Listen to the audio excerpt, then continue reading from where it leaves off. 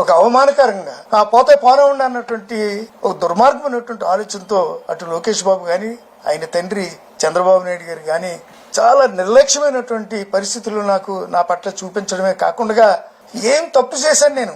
ఇంత పెద్దవాడిగా ఇంత అనుభవం కలిగినటువంటి వాడిగా ఉన్నటువంటి నేను ఎండనక కొండనక ఆర్థిక ఇబ్బందులు ఒక ప్రక్కన ఉన్నప్పటికీ పార్టీకి చిన్న ఇబ్బంది రాకుండా పార్టీని ఆకాశం అంత ఎత్తి తీసుకెళ్లాను నేను.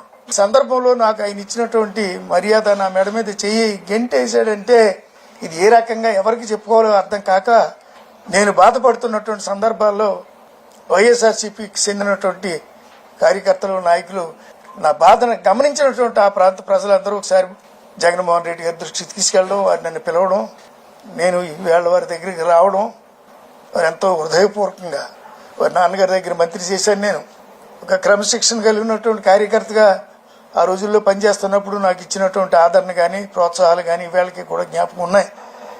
అవన్నీ ఒకెత్తి అయితే ఈవేళ చిన్న వయసు అనేక సవాళ్లు ఎదుర్కొంటూ ఈరోజు రాష్ట్రాన్ని ఒక మంచి సమాజ నిర్మాణం కోసం కష్టపడుతున్నటువంటి జగన్మోహన్ రెడ్డి గారిని చూసినప్పుడు నా హృదయం చాలా ఒక ఆందోళన భరితమైనటువంటి లేదా ఒక ఆవేదనకు గురయ్యాను నేను. కానీ ఆయన నన్ను హక్కుని చేర్చుకుని ఆదరించి నన్ను హత్తుకుని మేమున్నాం, ఈ పార్టీ మీది, మీ ఇంటికి మీరు వచ్చారు, మీరు రండి పనిచేయండి, నేను ఉన్నాను అన్నటువంటి ఒక భరోసా, ఒక ధైర్యాన్ని, ఒక ఆత్మవిశ్వాసాన్ని వారి మాటల ద్వారా మాకు చూపించినప్పుడు చాలా ఆనందం కలిగింది.